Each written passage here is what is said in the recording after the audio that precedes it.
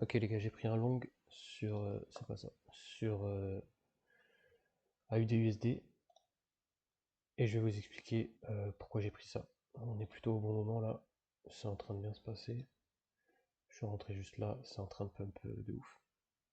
Donc pourquoi j'ai pris ça?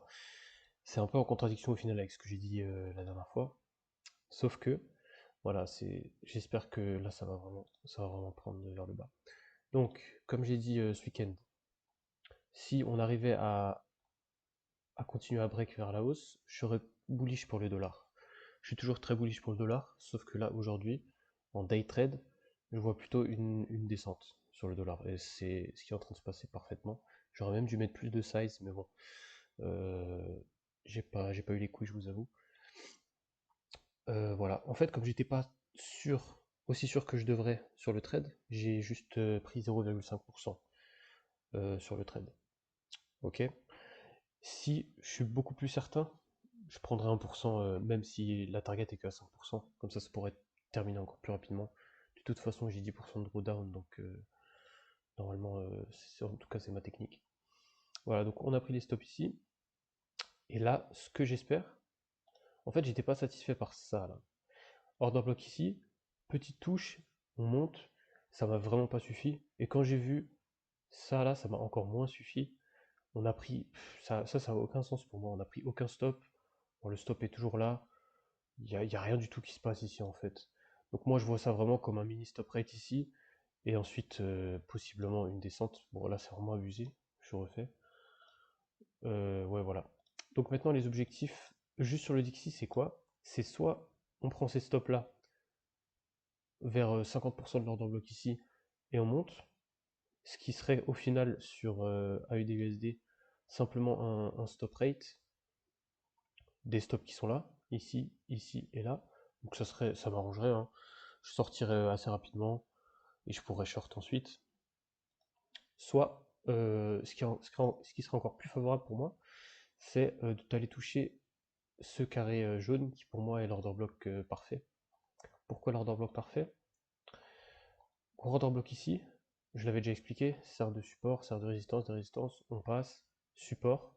Donc théoriquement ça ne devrait pas être break. Si on break ça, je passerai bearish je pense. Surtout si on break le carré vert. Ok, sauf que on n'a toujours pas retest comme je voudrais l'order block qui est là, le mouvement, là, le gap qui est ici. Ok, on l'a même pas retouché vraiment. Donc moi ce que je vois bien, c'est stop, on prend les stops ici, ensuite on prend les stops là, à l'intérieur de ce carré, 50%, et là je serai maxi. Si je vois des price action higher high, higher low, je serai ultra bullish, et là je pourrais short les paires majeures les plus intéressantes en fait. Voilà. Donc maintenant, à USD, en fait, le trade, c'est beaucoup basé sur le Dixie, hein. On va pas se cacher. Mais ce que j'ai vu ici aussi, c'est même si c'est order block que j'aimais bien un break, déjà comme je vous avais dit, quand l'order block va plus bas que 50 ou 61, sans wick, pour moi ça c'était trop, ça voulait dire que ça allait descendre. Et quand il y avait ça, résistance ici, et après gros break, je savais que ça allait plus bas. Donc on aurait pu prendre un petit trade ici, mais de toute façon c'était la session Tokyo et ça m'intéresse pas vraiment, je dors moi. Voilà, donc par contre ce qui est intéressant, si on remonte un peu plus haut en time frame, c'est qu'on fait toujours des higher high et des higher low jusque là. Ok? Là, on a pris les stops qui étaient là, on a pris les stops qui étaient là, grâce à ça. Et ensuite, à partir du moment où ici, je vois que c'est du bullish price action, ça m'intéresse. Surtout en confluence avec le Dixie. Et pourquoi là, ça m'a encore plus intéressé et j'ai pris AUD-USD au lieu d'une autre? Tout simplement à cause de ça. Stop ici, on prend les stops à l'intérieur de cet order block là et de ce gap qu'on vient de fill. Donc là, pour moi, c'est beaucoup de confirmation en une fois. Et là, quand je vois higher high, higher low, comme j'ai expliqué, et qu'on retouche l'order block, bah, dès que j'ai vu que c'était bullish ici, bah, je suis rentré là en fait. Et là, c'est vraiment abusé ce qui se passe. Je sais pas pourquoi c'est autant abusé le candle, mais en tout cas, je suis plutôt content. J'aurais dû mettre plus, comme dit, mais bon, c'est pas grave. Donc là, je risque 500 en gros, au lieu des 1000 que j'aurais dû avoir. Mais c'est pas grave. Donc maintenant, la question que je me suis pas encore trop posée parce que je voulais être rapide, c'est la target. Bon, là pour moi, ça va encore descendre, hein. n'a même pas touché ça, ça n'a aucun sens. La target, on peut regarder ensemble. Déjà, la target, ça serait ça, là. Ok? Target logique. Prendre les stops ici, prendre les stops là, qui n'ont pas encore été pris. Possiblement aussi là. Après, c'est un peu compliqué de trouver une vraie bonne target. Ma target idéale, en vrai, ça serait ici. Voilà, on touche l'order block ici. Ici, je sortirais, je pense. Ça fait pas un RR de ouf, ça fait 3, mais c'est déjà vraiment sympa. Ici, quand on touche cet order block là, je pense qu'on sera environ, où je veux qu'on soit, donc soit ici, soit un peu plus bas. Et là, je pense que je sortirai et que j'attendrai le meilleur moment pour rentrer en short. Ok, donc là, bah, c'est abusé, ouais, ça se passe ultra bien. Vraiment, en 5 minutes, le temps que je vous parle, ça fait que monter. J'aurais dû mettre plus, mais bon, on respecte le money management et voilà. Ouais, donc là, on va pas tarder à prendre les stops. De toute façon, je vais juste regarder le trade. Je vais pas prendre grand chose d'autre jusque là parce que ça n'a aucun intérêt maintenant. Je suppose que tout a pump. Voilà, GPB, ouais, tout a pump. Voilà, bref, donc je vais juste regarder le trade et je vous reprends après du coup. Ok, je vous reprends vraiment 5-10 minutes plus tard, juste pour vous expliquer un peu comment je trade. Du coup là, Dixie, on a eu ce que je voulais ici. Tac, stop prix. Du coup, ce que j'ai fait quand j'ai vu ça, c'est juste que j'ai pris ici un tiers. Ok, c'était vraiment pour être safe, juste ici en gros, après avoir pris les stops. Parce que pour moi là, c'était la première target toute simple, prendre les stops et ensuite on continue vers le bas. Parce qu'on a pris les stops vers le bas, on a pris les stops vers le haut, donc là possiblement on a une continuation vers le bas.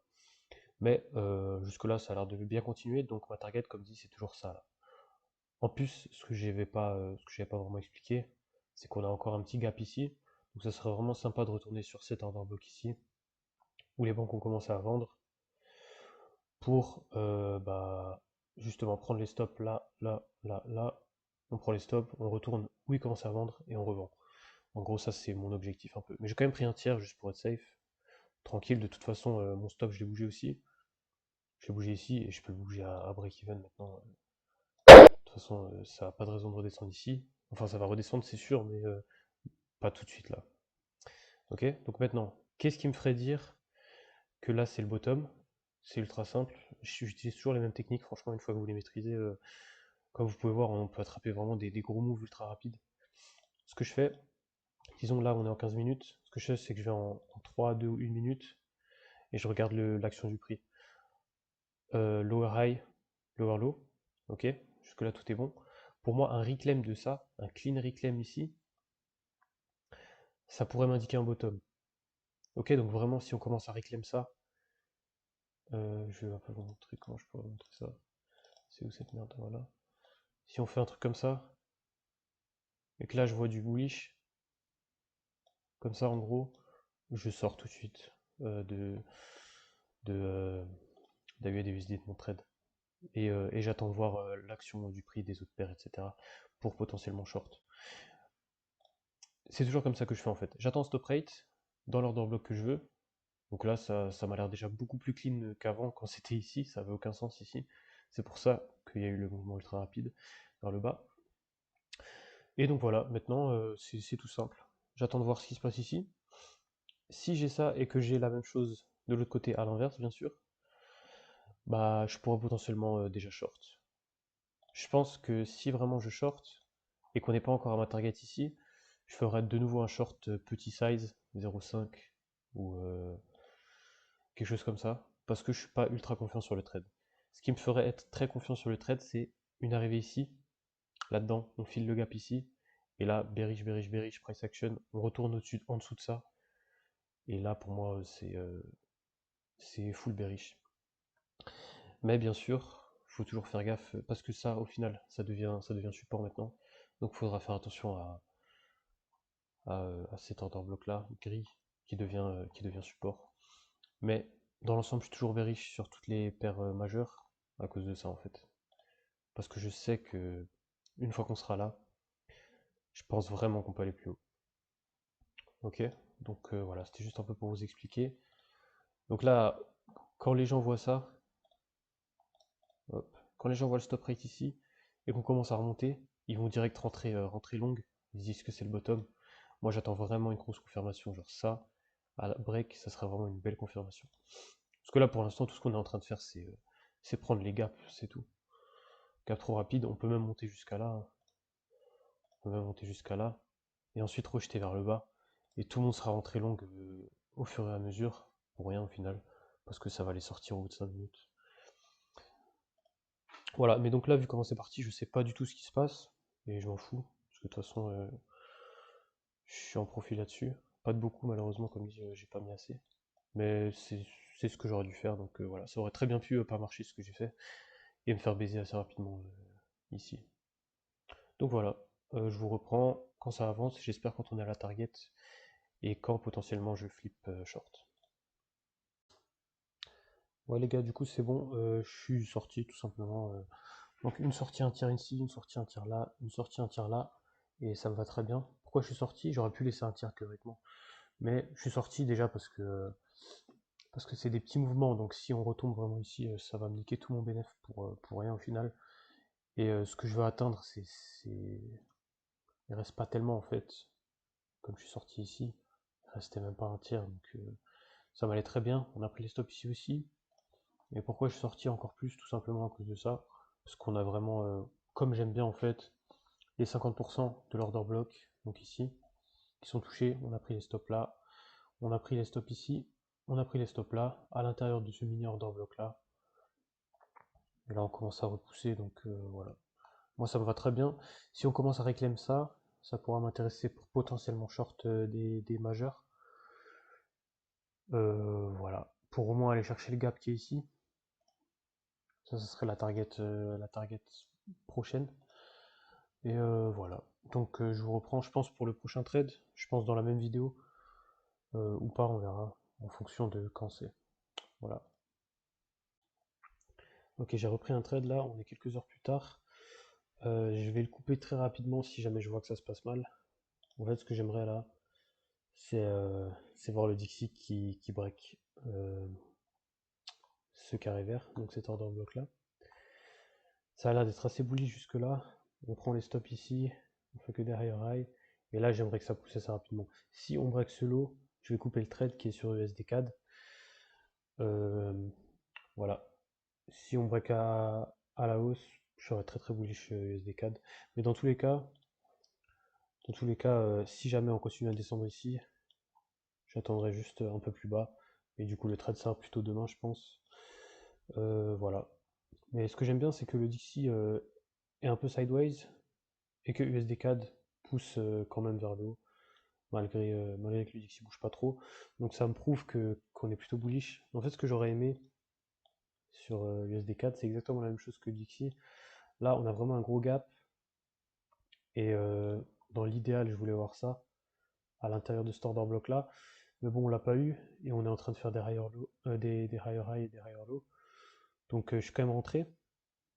Euh, voilà, comme dit, si le Dixie se casse la gueule, je coupe, il n'y a pas de problème, j'attends là, et là je relongue. Voilà. Parce que là il est 13h20, donc le move devrait pas tarder à arriver, le gros move de la journée, je pense, quand New York commence. Donc voilà, première target assez simple, le gap ici, ok. Et après, franchement, je pense que je laisserai un peu de position si le challenge n'est pas fini avec. Mais il sera pas fini. Euh, Parce que il y a beaucoup plus haut à chercher, hein. Il y a tous les stops là. Et je suis assez bullish sur le SDK en général pour aller chercher ce rail ici. Donc je pourrais potentiellement, voilà, ça suffirait largement pour finir le challenge en gros. Mais pour l'instant, on va la jouer tranquille. On va attendre de voir ce qui se passe là. Là, on a un order block résistance. Donc on va voir. Mais comme dit, si le Dixie break ça, pour moi c'est quasiment certain qu'on va aller chercher le gap ici. Dans l'idéal, j'aimerais voir quelque chose comme ça. Voilà, ensuite aller chercher le gap là. Dans l'idéal, comme dit, je suis pas sûr du trade là. J'ai quand même pris 1% parce que ça a l'air bullish USD CAD. Mais dès qu'on break un low ici, je pense que je couperai et que je rentrerai plus tard. Donc voilà, on verra plus tard. Ok, je vais essayer de vous expliquer vite fait ce qui s'est passé. Du coup, le trade USD4, là, je l'ai coupé à break-even, complètement break-even. Donc juste là. J'étais rentré bah, exactement ici, hein, donc vraiment, je crois que j'ai perdu genre 5 euros. Et j'ai flip long directement sur AUD-USD. Pourquoi est-ce que j'ai flip long sur AUD-USD? Je vais vous montrer là, ce sera plus simple. Euh, Déjà, je regardais assez attentivement mon trade USD4, dont on était là, tout se passait bien. Et en fait, j'ai vu, euh, c'est tout simple. Je voulais pas que ça break et qu'on pète ici, et c'est pas arrivé tout simplement. Et quand j'ai vu ça, j'ai tout de suite commencé à stop le trade. Parce que comme dit, moi je suis toujours cet order block là, je veux voir 50% être touché peut-être, et ensuite monter. Mais dès que je vois le candle qui part ici, j'arrête le trade USD4 en fait. Et au final, je me dis que j'ai raison et que j'attends ça. Donc, du coup, pourquoi j'ai pris ça? Tout simplement parce que cette ligne là, c'est quoi? La ligne violette, c'est l'open de la semaine. Et en fait, ce que j'aime bien voir sur ce genre de choses, c'est lundi, mardi, un wick d'un des deux côtés, et ensuite repasser au-dessus de l'open du mois, de l'open de la semaine, et ensuite continuer vers, dans ce cas-là, vers le haut. Donc c'est ce qui s'est passé. Donc là, on était juste en train d'être autour, donc support, résistance, résistance, résistance, on break très fort à la hausse, on le retouche, et là je pense vraiment que ça peut aller facilement à la target que j'avais dit de base. Donc comme je suis pas ultra safe sur ce trade, j'ai une nouveau prise 0,5%. Ce qui me gêne pas du tout parce que si on arrive à la target, je me ferai 2,2 je crois. Donc ça me suffit largement, surtout qu'il me faut seulement 5% et que j'ai 60 jours pour le faire. Donc c'est vraiment détente, pas besoin de se presser. Même si je finis en un jour, il faudra que j'attende 10 jours en mettant des trades à 0,01. Donc en gros, ça sert à rien de paniquer. Voilà, donc ça, je l'ai arrêté comme dit, c'est nickel. J'ai rien perdu du tout. C'est pour ça que j'aime bien être, être assez attentif la journée sur mes trades, parce que là, concrètement, si tu pars 30 minutes, tu peux te faire niquer assez facilement. Alors que là, au lieu de se faire niquer 1000 euros, bah, j'ai rien perdu, quoi. Voilà, donc là, ce que j'espère, c'est que ça va continuer vers le bas jusqu'à là, euh, toucher le gap ici, comme j'ai expliqué avant, je vous l'ai déjà tout dit. Et ensuite, je flipperai sur mon long si je vois un price action qui me donne envie d'être long, bien sûr. Donc voilà, long a eu des USD. Ouais. Voilà, on va voir comment ça se passe. Je vais rester devant l'ordi, comme dit, si vraiment je vois que ça reverse de nouveau, et qu'en fait c'est juste un stop rate ici, bah c'est pas grave. Je prendrai, euh, je prendrai ma perte, ou alors je cutterai à break-even, et je repartirai pour le prochain trade. Voilà, là il va être 14h, donc on va commencer à... On devrait avoir un move. C'est pour ça que quand je vois ça, je me dis quand même qu'il y a plus de chances maintenant qu'on aille vers le haut sur USD que l'inverse, comme il est 14h. Voilà, donc je vous reprends quand ça avance plus tard. Ok, je vous reprends vite fait, du coup là ça va sortir du trade. Je vais plus trade aujourd'hui, je pense que ça sert pas à grand chose. En fait, donc comme dit, j'étais rentré vers là. Quand j'ai vu cet order block là se former et continuer à pousser, je me suis dit c'est simple, on met le stop ici. Ça devrait pas théoriquement, si tout se passe bien, aller en dessous de ça. Surtout que, pourquoi j'ai fait ça en fait, pourquoi j'ai été un peu plus agressif, à cause de ce candle là sur le Dixie. Je voyais vraiment ça comme pour moi c'était terminé. Là ça devait continuer à aller vers le bas assez rapidement. Et au final, ça a pas fait. Enfin, ça chope beaucoup aujourd'hui. Du coup, je vais pas me faire chier, je vais juste arrêter pour aujourd'hui. Voilà, donc ça, c'est pas grave, j'ai pas perdu beaucoup au final. J'ai perdu 0,6 je crois, ou un truc comme ça. Je suis toujours en positif. Et voilà, je pense que je vais attendre demain maintenant, voir si vraiment on peut break ça, ou si vraiment on peut break à la baisse, parce que là, enfin toute la journée, ça a juste range. Et du coup, on se fait chop sur des trucs de merde. J'ai quand même attrapé le mouvement ici.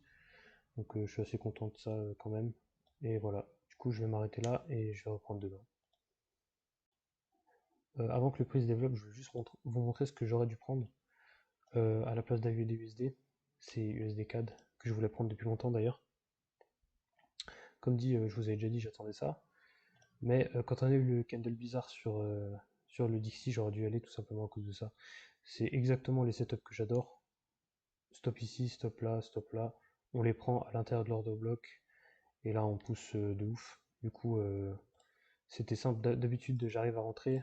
Là, j'étais pas sur l'ordi, donc je suis pas vraiment rentré. Mais là, il y avait quelque chose comme ça à prendre.